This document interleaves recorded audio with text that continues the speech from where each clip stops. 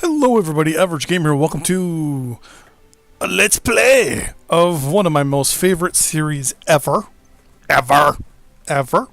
Obviously as Germany, and Hearts of Iron 4.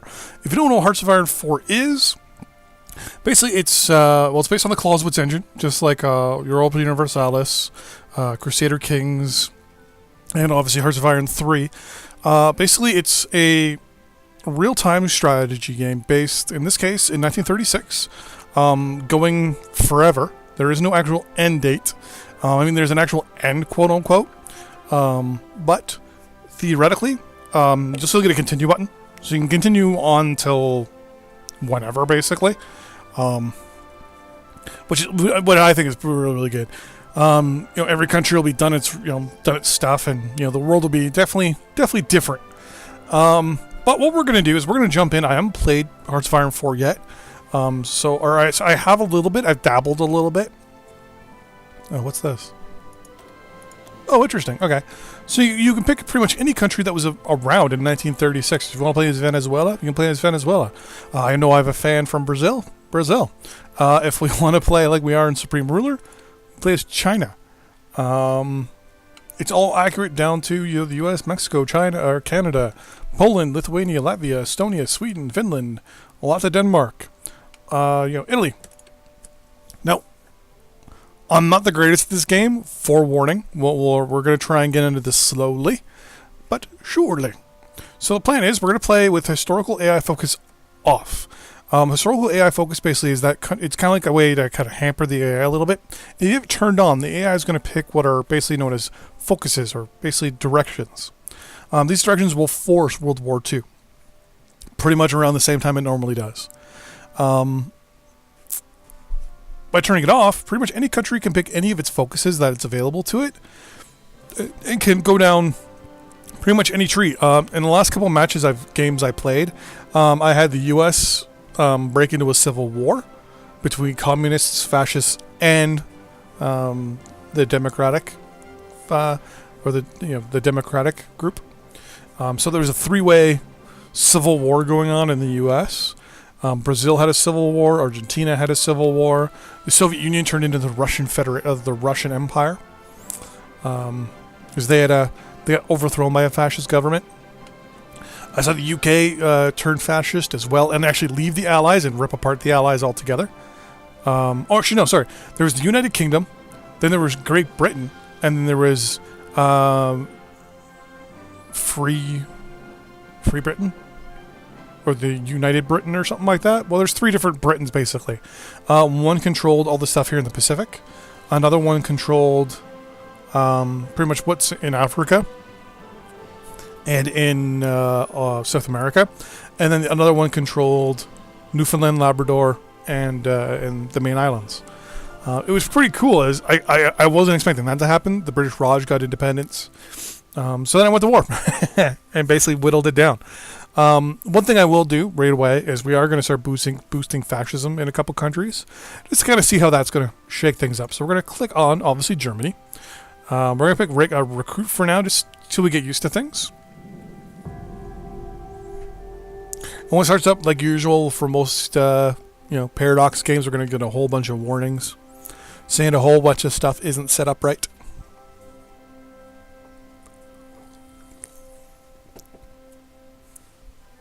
There is a day-night cycle, but I've turned it off.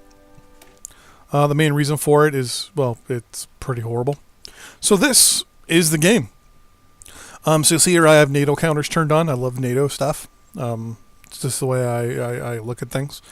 A couple things we want to do first. We want to build up, obviously, our infantry mostly. So our infantry is going to be our primary focus. Then we're going to use our armor and support until we can get enough of a backup going in our country. So a couple things we want to do first before we do anything.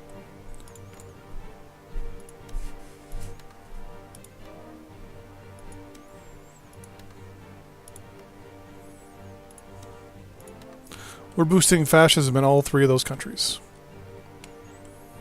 Actually, and in Russia too. So this is all costing us one political power for those four great powers. Now we're creating 2.5 a day. So we're basically going to now. Well, now we're going to only do 2.5 a day, which is not a big deal, right? We're going to get into our research in a second. Actually, let's do research now. So basically, what happens is, like most games like this, you have to research as you go on. Couple things you learn as you go from left to right, especially in this one, is the year. The closer you are to the date, the cheaper it is, basically, to research.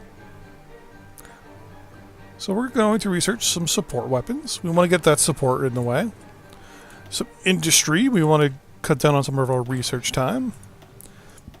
Industry here, we want to increase our efficiency, which we'll get into in a second. And oil is going to be a big deal later on. Not have to worry about civilian factories just yet. Military factories, so this is what you use to build your equipment. We're just going to turn all these little filters off. So here you can do infantry and equipment only. This is armored vehicles, your tanks. Aircraft, your capital ships, your screen ships, so your destroyers and stuff like that. And your other ships. So what we're going to do first, we're going to up our infantry equipment. We're going to up our support equipment. What I'm going to do is up that as well. So we need one more. Is it just one more? Yeah, just one more. Dockyards, so we're going to turn this off for a quick second. Oh, we want to do some with our aircraft too, aren't we? Yeah, we are.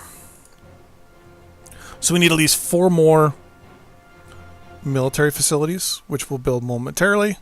For naval dockyards, submarines are going to be our primary focus. Obviously, Germany. We're going to make all this just infinite for now.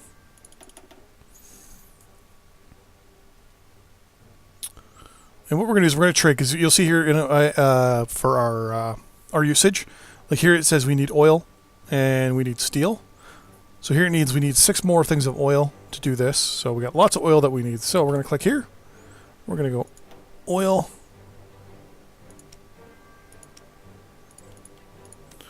To get oil, I need to trade away 2 civilian factories. So basically, you don't really trade away money and resources anymore. You basically just trade factories for resources. Basically, what these civilian factories do is they build your other factories, like your military facilities and things like that, your infrastructure, stuff like that. What you're doing is you're basically trading away that so the other country can use it for its construction and building its stuff. So they're still in your country, they're just not available to you. So we're going to get that 16. We're going to go for rubber. We're going to get some from the UK. Trading with countries as well does positively impact your relation with them. And I'm going to build myself some industrial factory or military factories. 3, that's 2, 3, 4, 5. So we built 10. Civilian factories, we're going to build 1, 2, 3, 4, 5, 6, 10 as well. We're going to up our industrial abilities just a little bit.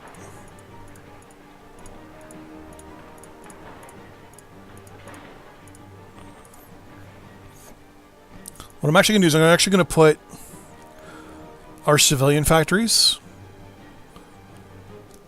all at the top of the building queue.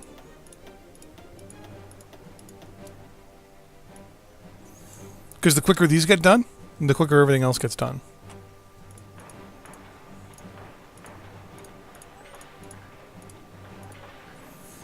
Okay.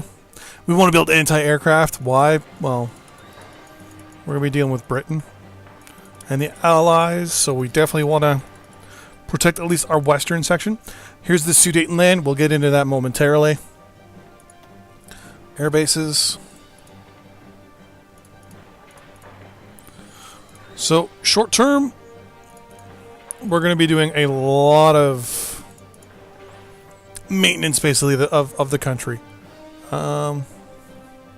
Let's see here. What else we got? That's good for now. We'll get a natural focus. We're not designing anybody just yet, and we're short on resources. What do we need? Oh, okay. So here is the natural focus tree. So this gives you the ability to research bonuses and do specific things and have special events. Like, for example, Rhineland. If we were to do this in 70 days, we get the following effects. Moistland will no longer be militarized, and the Rhineland will no longer be demilitarized, meaning we can actually move our troops and build in the Rhineland. France gets a notifier that we've remilitarized it, we move troops in, and world tension goes up by 2%. Now, world tension is this right here. At certain points, world tension will cause certain effects, that certain things to happen. So, for example, at 25%, as you can see, once it hits 25%, the allies can start to basically promise, or can basically protect, or oh fuck, what's it called? Guarantee independence. You know, guarantee a country that it will exist, basically. When that happens, then the game becomes definitely a lot harder. What I'm probably going to do short term is try to get into war with France as fast as I can. I want to do that mainly so that I think my girlfriend's vacuuming. I want to do that to see maybe if I can pick up some extra factories and stuff like that. It's an idea. The only issue is we have to go through Belgium to get to France, so that's something we always got to remember. Now, one of the things I want to do too is we're going to order our military up a little bit. So first thing we're going to do is we're going to go, we want that extra, there's all these different options, right? Everything gets a bonus or an effect or unlocks an option. So one of the things I want to do is I want to immediately increase our infrastructure and stuff like that, so we can have more factories and stuff like that. So we're going to do that first. So just give me a second here.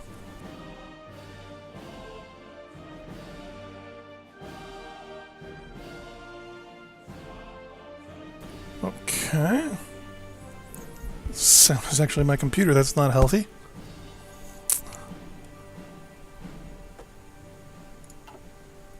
What was I going to do? Oh, so we're going to create ourselves a couple military units. So first thing we're going to do is we're going to create an actual military force itself. Now, one of the things we're going to do is we're going to use one as the primary military base, the one that we're going to actually train and build up units on. So we're actually going to call this one training.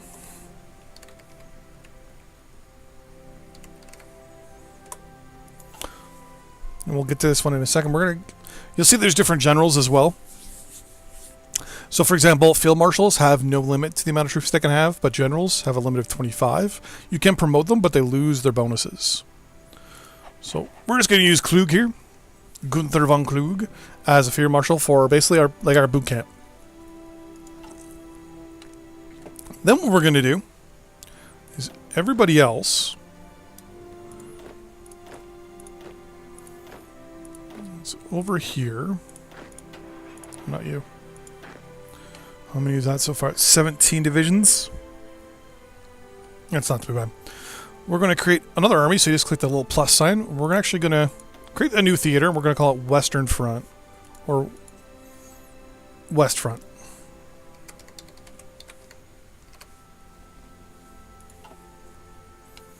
And what we're going to do is we're actually going to draw up a defensive line. So this is a line where our military forces are going to sit and basically just kind of hide behind a little bit. Defensive line. Basically, what our troops are going to do is they'll deploy momentarily, and they're basically going to hide behind us. We're going to put list in charge. This unit here, I'm actually going to swap out for infantry division. And we're going to unpause real quick. And you should notice all these units here are going to automatically deploy to this defensive line for now. We're going to unpause everyone here on the far right. So, like for example, these guys here, I'm going to send them to Ostbrusen.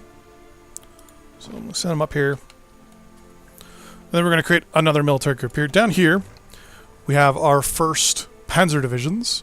We're going to highlight these. And who else are we going to put in charge but Erwin fucking Rommel? I'm going to tell him to do a defensive line as well for now. Just right here. So no, basic training. So this is basically where we train our troops, right? Now you can edit the units and design how you want them. It costs experience to do this. I have a mod that turned that off temporarily while I learn how to do it properly and things like that. And same thing with Panzer divisions, things like that. You can also like click it, edit it a little later when we've done things a little bit more differently. We can get rid of that. I don't really want it for now. The cavalry division, we have a cavalry division. We do. You're going to be swapped out actually to another Panzer division, and I'm going to give you to Rommel.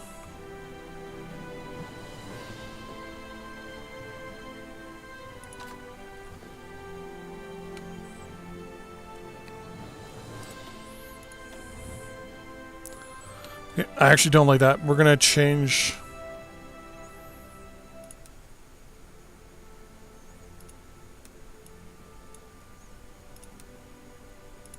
There we go. Because the fallback line is a little too close. So we're actually going to set the fallback line for these guys right here. So our panzers are going to sit there. The moment we get in, we get remilitarized the Rhineland, we're immediately going to march in here. We're going to then pretty much within a couple days declare war on Belgium. Which actually reminds me. You are going to join him. Actually, so are you. Oh shit, we're one over. So you are going to get your own army. Plaus. I'm just going to set you to garrison down here for the moment.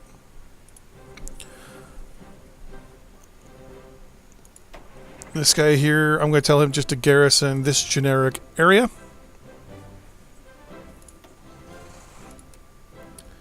So he's just basically, every time troops get deployed, they're going to automatically go to this area, so we'll know. Whoops, don't want to do that. Next thing we're going to do is we're going to make ourselves some units. So obviously, infantry. Infantry is a big thing, right? Is what we want. We know it's at least an army of 24 that we need at a time. So I'm just going to build 24 right at the beginning. 24. Shit. 48.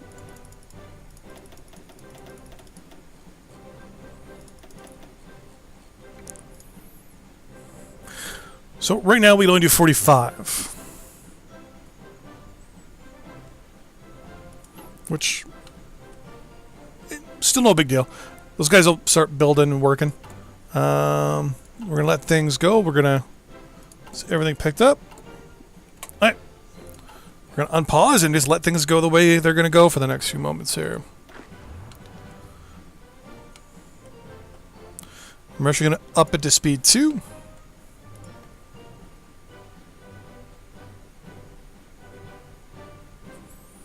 Okay, a little sip of my soda.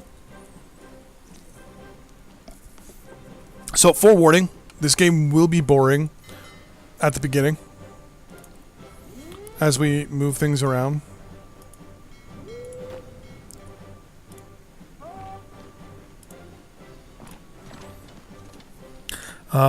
Just the nature of the game. At the beginning, it's a lot of modifying, moving things around, setting things up, designing. Come on, guys. There we go. One of the big problems I had when I first played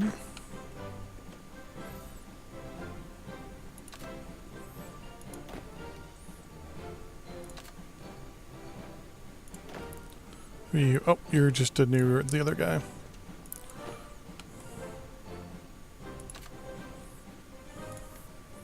You can actually, once you add guys, you just hit Control and the left button, and they automatically add themselves to the what they're doing. So these guys should automatically now march down south.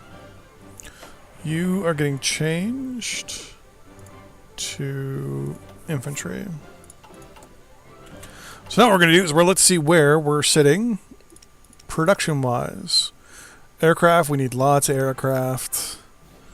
Tanks are kind of low, but we need lots of equipment. So, we'll get a little bit of a while. I love this soundtrack.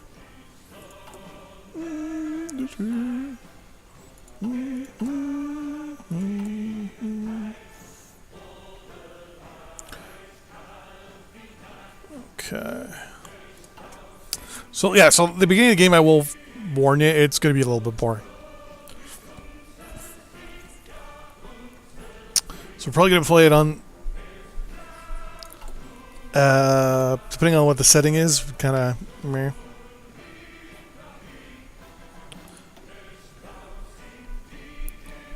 Convert one cent.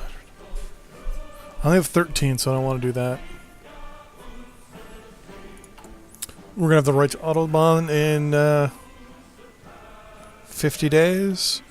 That's going to give us maximum infrastructure in Brandenburg, Hanover, Thurgen, and Franken. And actually, yeah, we'll get, it'll automatically negate the construction for those.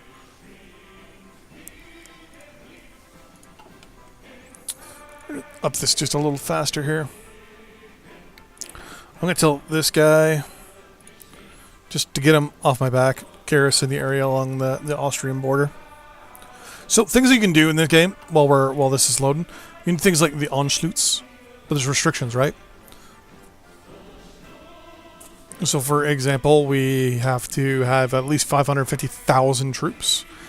One of the things I really want to do is maybe try to do things a little differently. And swap Slovakia for Danzig. Maybe. I don't know. But one of the plans is definitely going to be to take France. Mainly for the factories and everything else in there. Like for example, they've got between 30 to 41 civilian factories. And around 6 factories itself. Oh shit, we're like way more militaristic than they do. Than they are.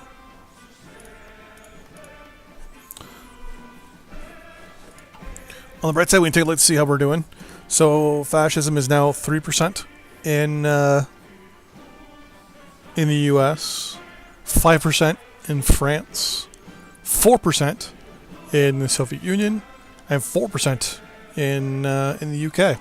One of the good things about this game is I mean, this is realistic, right? Like countries like the UK at one point, you know, one of the actual members of the royalty wanted to join the Germans. A senator in the United States actually put forth a proposal to actually join the Axis, not the Allies. France was having a big problem with communism. The Soviet Union obviously had the purge. They were the most stable. I think of mine as the only true stable countries then, theoretically. Back then, sadly to say this, but was Germany. I mean, even though it was kind of propped up on a tinderbox almost. I mean, it could go up in flames internally like any second, I think. Oh, there we go. So we are done the Reich Autobahn. Now, if we actually look at our construction here, if we go here, in a second, it will actually update. A couple things we can do. One, we can build the West Wall. So this builds 12 land forts along the French border. Thing is, if we want to get the most out of this, we got to actually remilitarize the Rhineland first, which is what we're going to do. Now, what we're also going to do is we're also then going to justify a war goal on Belgium. And I want to take the eastern part of Belgium as well. And then almost immediately,